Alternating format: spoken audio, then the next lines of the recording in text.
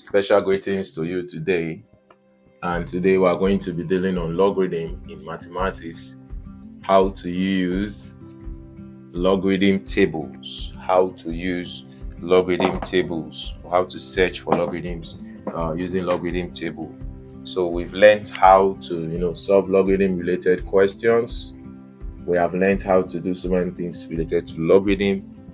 Addition, I told you that whenever you see multiplication, it becomes addition. Whenever you see division, it becomes subtraction. Whenever you see different things, you know what to do. So first things first, I'm going to give you some shortcuts, which I already gave to my students in class. And I'll also let you know that there are certain things you need to know. So make sure you listen to these points. Now, the first point you have that whenever you have multiplication, it becomes addition. That's the first point. Whenever you see multiplication, it becomes addition. Whenever you see division, it becomes subtraction. Whenever you see x raised to the power of 2, you multiply by 2. Whenever you see x raised to the power of 3, you multiply by 3. That is when you are working with logarithm tables. Whenever you have x, that's the square root of x, or x raised to power half. So whenever you have square root of x or x raised to power half, you will divide by 2.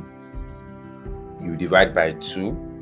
And the next one is whenever you have cube root of x or x raised to power 1 over 3, you will divide by 3. And whenever you have this, something like this, where the x has the power of 2 and the root is 3, you will multiply by 2 over 3. So meaning that 2 stands for the power and 3 stands for the root. So whenever you have something like this, x having the power of 3, you multiply by 3 over 2. So make sure you know this point. So the first one is whenever you have multiplication, it becomes addition. Whenever you have division, it becomes subtraction. Whenever you have x raised to the power of 2, you multiply by 2. Whenever you have x raised to the power of 3, you multiply by 3. Whenever you have the square root of x or x raised to power half, you divide by 2.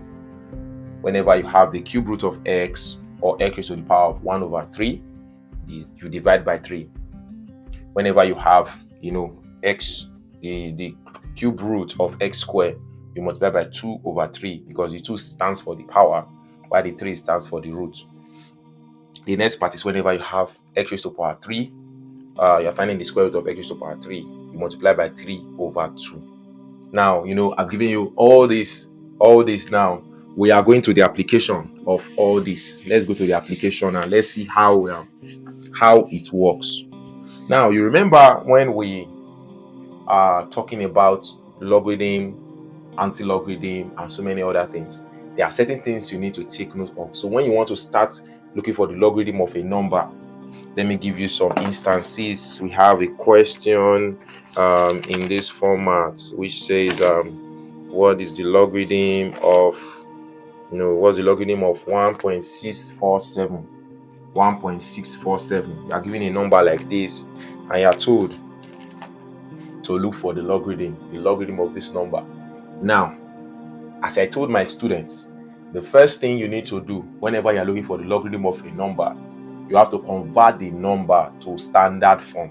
And we already did the topic or analyzed the topic called standard form. Now, I told you in standard form, it has to be in the form of a times 10 raised to power n, where this a has to be less than 10.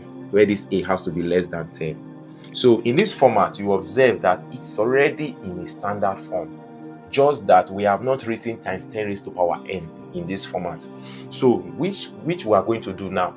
Remember, the decimal point has to be here, and 1.6 is already less than 10. But if the decimal point is here, 16.47, you know that you have to, have something greater than 1 here. You understand? So in this case, it's not in standard form. This case, when decimal point is here, it's not in standard form. So since it's already in standard form, this is already less than 10. All you just have to do is to write times 10 raised to power 0. times 10 raised to the power 0, because I said any number raised to the power of 0 is 1. For my own explanation, any number raised to the power of 0 is 1. So if here is going to give us 1.647, I want to turn this 10 raised to the power n to standard form, it therefore implies that here will be 10 raised to the power 0. So meaning that if we have 1.647 times 1, what is it going to give us? 1.647. 1.647. So you have to first of all convert it to standard form first. So this power you see here is what we now start it in standard in logarithm. That means it will be 0 point. It is going to give you 0 point whatsoever we now get in the logarithm table. So now, how do we go about searching for logarithm using logarithm table? You will go to your table. Now we have 1.647. You will go to 16 under column 4. Then you go to difference 7. So you will go to 16 under column 4. You go to column 4. You will go and search for the value. Then you will now go to difference 7. You search for the value. Then what will you now do? You add the values together. You will add the values together. So you go to 16 under column 4, then difference 7. And if you go there, you will discover that the value, when you add them together, you add the difference and add everything together to give you 2166. 2166. You have added the difference and you have added the number together. So when you add them together, it will give you 2166. Now the next thing is, after you have gotten this number, you come and place it here, 0.2166, because when it is 0, it's going to be 0.2166. If here is 1, 1.2166. If here is 2, it's going to be 2.2166. If here is 3, 3.2166. 4, 4.2166.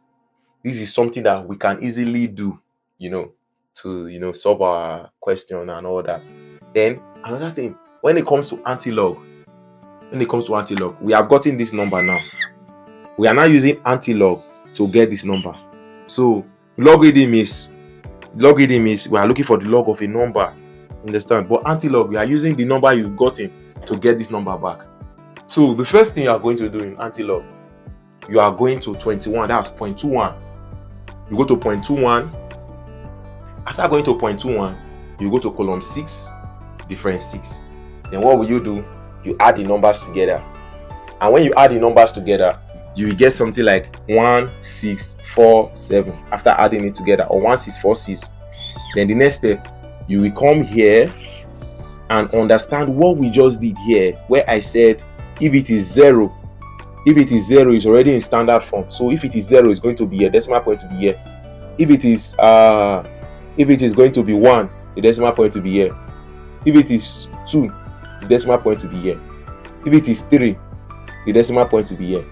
Then if it is -1, the decimal point to be here. So that means there will be a 0 here. So it depends on how the question comes. Then you will know how to analyze it. So it depends on how the question comes. You don't just solve it like that. You will know how to analyze it. It's very simple. But note that before you find the logarithm of a number, the first step you have to do is to understand that the power determines what will be in front. If it's going to be 1 here will be 1. If it's going to be 2 here, number will be 2. If it's going to be 3 here, it's going to be 3. It's going to be 4 here, it's going to be 4.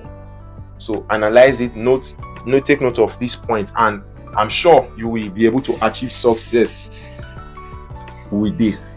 Then also, whenever we're going to be finding the logarithm of a number, there are certain things we need to take note of. So we're going to draw a table. We are going to draw a table in this format, and after drawing the table, we are going to write some things on the table. We're going to write number, we are going to write logarithm, we are going to write operation, we are going to write the number, we are going to write the logarithm, and we are going to write operation. Now, whenever you are looking for the logarithm, if for example we have x over y, you will first of all solve the numerator. Before before you go to the denominator. So you solve the numerator first before you go to the denominator. So you start by writing numerator here. After writing the numerator, you will now come here and write the denominator. So you start from the numerator and you now go to the denominator. So let's give some instances. Let's give some instances here, and we're going to give some instances here, and let's see what we can get out of that.